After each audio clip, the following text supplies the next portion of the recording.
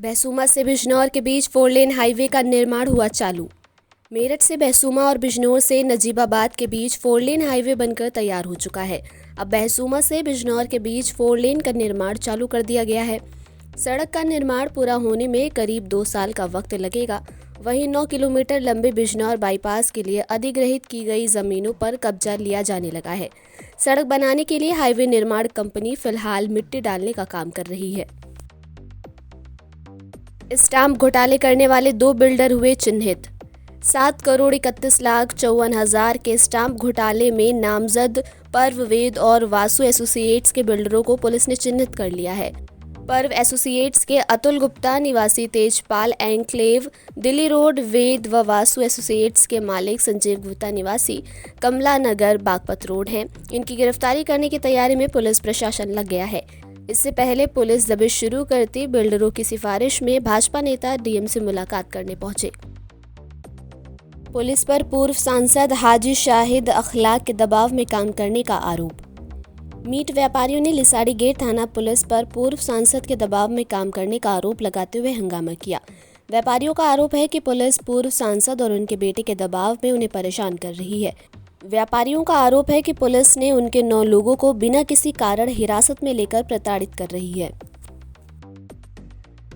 Retired दरोगा के मकान में लाखों रुपए की चोरी। टीपी नगर थाना क्षेत्र में हुई घटना, सीसीटीवी में कैद हुए चोर।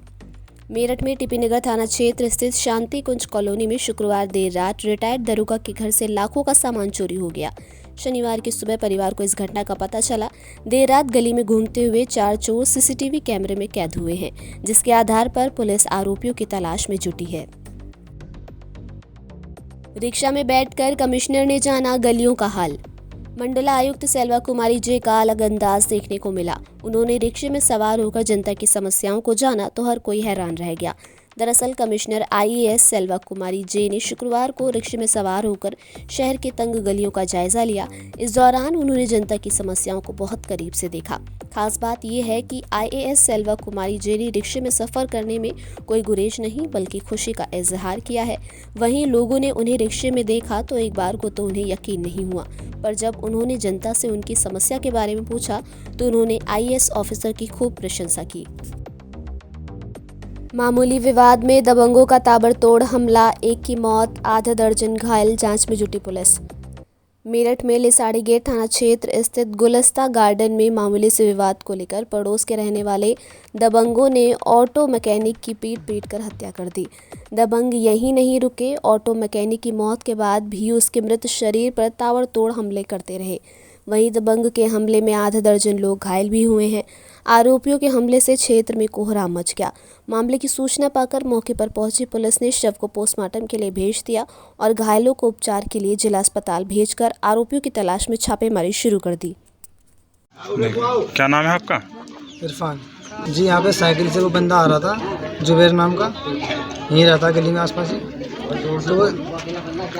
तो वो ना साइकिल, हाँ लेडीज़ भी बैठी थी हमारे यहाँ पे गली में, और हमारा भांजा खड़ा था वहाँ पे, उसके छींट चल रही थी, उसके मुंह पे भी कपड़े पे।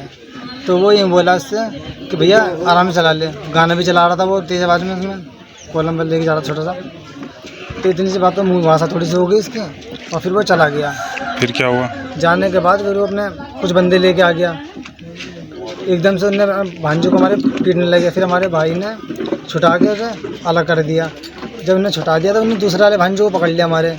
एकदम से सारे जनों ने फिर आए, एकदम से 30-40 मतलब 35 जने बंदे थे, सारे जने आ गए एकदम से। किस पे हमला करा उन्होंने? सिरोज पे, फिरोज और आबिद और जावेद और आमिर खान और भाई है। अच्छा, उन पे किस चीज़ से हमला करा था? हमला उन पे रोड से हमला करा उनके लिए। किस जगह मारी थी? रोड है हमारी है, दो तीन दफा मारी। तो यहीं पे उनकी डेथ हो, मौके पे डेथ हो गई थी? अस्पताल में दम रोड जब इनने यहाँ पे मारी थी जब भी उनकी डेथ हो गई थी। डेथ होने के बाद भी जब भी इन्हें 4 पैर लिटाया तब भी उन्हें मारा। फिर आपका साबित यहाँ पे क्या घटना हुई थी? रात नाली कूदा था साइकिल, वो छींट आ गई। उन्होंने कहा तो उसके इनकी बच्चों की लड़ाई होगी। फिर क्या हुआ? फिर ये हुआ, वो अपने घर चला गया। घर से 30-35 बच्चों को आदमियों को ला कर इन पे मारपीट करी, सरिये से, डंडों से। वो अंगुलियों में पिरावा है वो क्या अच्छा, तो इसमें कौन कौन लोग घायल हैं? इसमें इरफान है, इरफान के भांजे हैं, इरफान की अम्मी भी घायल है, इनका बहनोई वो गुजर चुका है। अच्छा, और जो 2-4 छुटाने में थे उनके भी चोट लगी है मौके पे। तो इन जो बड़े मियाँ की हत्या हुई है उन पे किस चीज़ से हमला करा था इन्होंने? उन पे सरिये का और उसका डंडों का। कौन लोग थे मालूम है? ये हाजी गफ्फार, अनीस, दिलसाद के 2 भाई, मोहसिन के 3-4 लड़के और गफ्फार का भाई है वे, और 10-5 उसके मिलने चाहिए। बताया जा रहा है कि मरने के बाद भी उन पे वार किए गए। कितने लोग थे कम 30-35 आदमी थे। खून से लथपथ मिला 12वीं के छात्र का शव, मामले की जांच में जुटी पुलिस।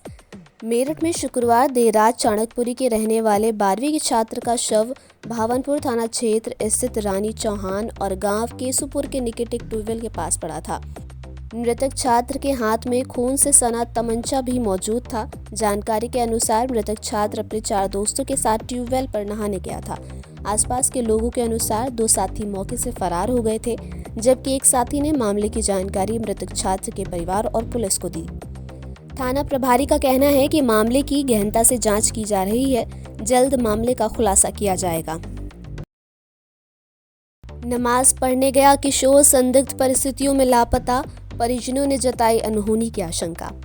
किठौर थाना क्षेत्र स्थित गांव शाह जमाल से नमाज पढ़ने गया किशोर संदिग्ध परिस्थितियों में लापता हो गया।